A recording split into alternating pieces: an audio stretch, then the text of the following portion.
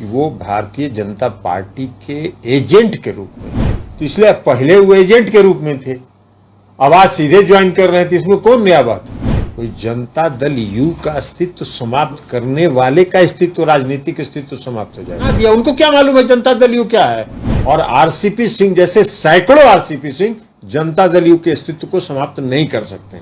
इस तरह की बात वही कर सकता है जिसका चरित्र साफ नहीं, जिसका मन मैला हो। उन्होंने नीतीश कुमार जी के पीठ में छुरा भोंकने का काम किया कि श्री आरसीपी सिंह साहब ने कहा है कि वो भाजपा ज्वाइन करने का ऐलान उन्होंने किया।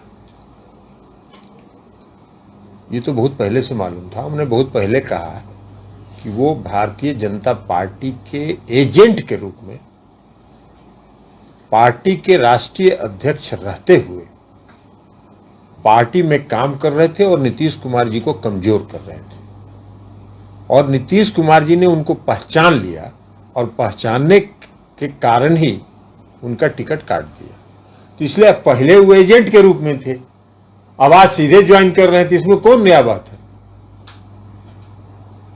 ये कोई खास बात नहीं है, हम लोग पहले से जान रहे थे कि उनका क्या धंधा चल रहा है। आरसीपी से कह रहे हैं सर, जनता दल यू की बात उन्होंने कही है कि जनता दल यू का अस्तित्व समाप्त कर हो जाएगा। कोई जनता दल यू का अस्तित्व समाप्त करने वाले का अस्तित्व, राजनीतिक अस्तित्व समाप्त हो जाएगा। उनको मालूम क्या है जनता दल यू कब बना, जनता दल यू कैसे बना, जनता दल यू किन कारणों से बना, क्या इतिहास भूगोल उनको मालूम है? अरे वो तो नीतीश कुमार जी के स्टाफ थे, नौकरी कर रहे थे, राजनीतिक इच्छा उन्होंने व्यक्त की, नीतीश कुमार जी ने उनको बना दिया। उनको क्या मालूम है जनता दल यू क्या है? जनता दल यू का ए से लेकर जेड तक कुछ जानते हैं? वो कुछ दिन राष्ट्रीय अध्यक्ष रह लिए और नीतीश जी उनको जनता दल यू का राष्ट्रीय महासचिव संगठन बना दिए, तो जनता दल यू समझ गए। ये फाइल है, 4 पन्ना फाइल का पढ़ लीजिए और समझ जाइएगा। अरे जनता दल यू का अस्तित्व रूट गांव तक है, उसका जड़ बहुत मजबूत है, और आरसीपी सिंह जैसे सैकड़ों आरसीपी सिंह जनता दल यू के अस्तित्व को समाप्त नहीं कर सकते। अब कह रहे हैं कि विलय हो जाएगा जनता दल यू का। आपको बात कर रहे हैं, क्या थे आप? नीतीश कुमार जी ने आपको जितना सम्मान दिया, जिस पार्टी ने आपको सम्मान दिया, जिस पार्टी ने आपको यहां तक पहुंचा दिया कि आप बोलने के लायक भी हैं, ये बोलने के लायक आपको किसने बनाया? नीतीश कुमार जी ने आपको बोलने के लायक बनाया। आज जो बयानबाजी भाषण दे रहे हैं और बड़का राजनीतिक वो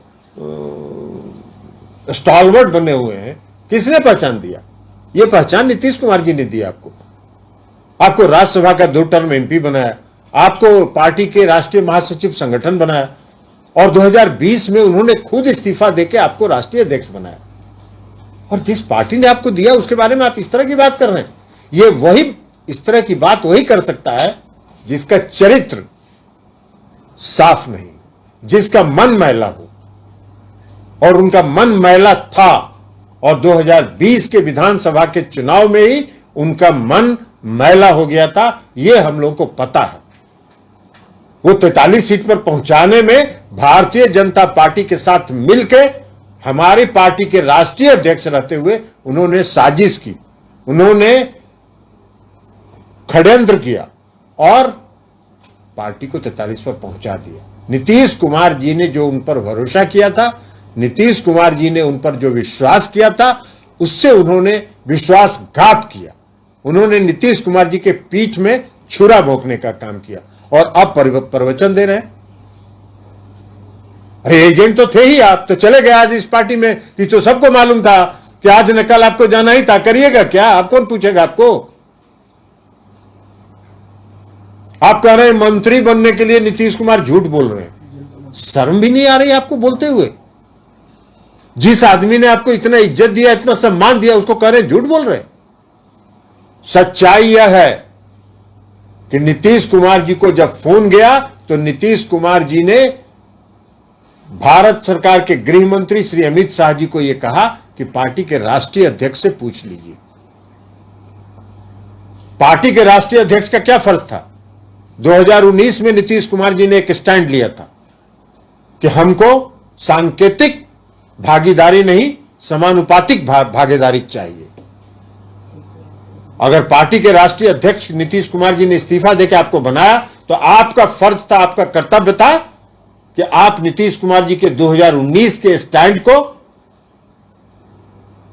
सपोर्ट करते और कहते कि जो उस समय का नीतीश जी का और हमारी पार्टी के जो नेता हैं उनका जो स्टैंड था, उस स्टैंड पर आज हम कायम हैं।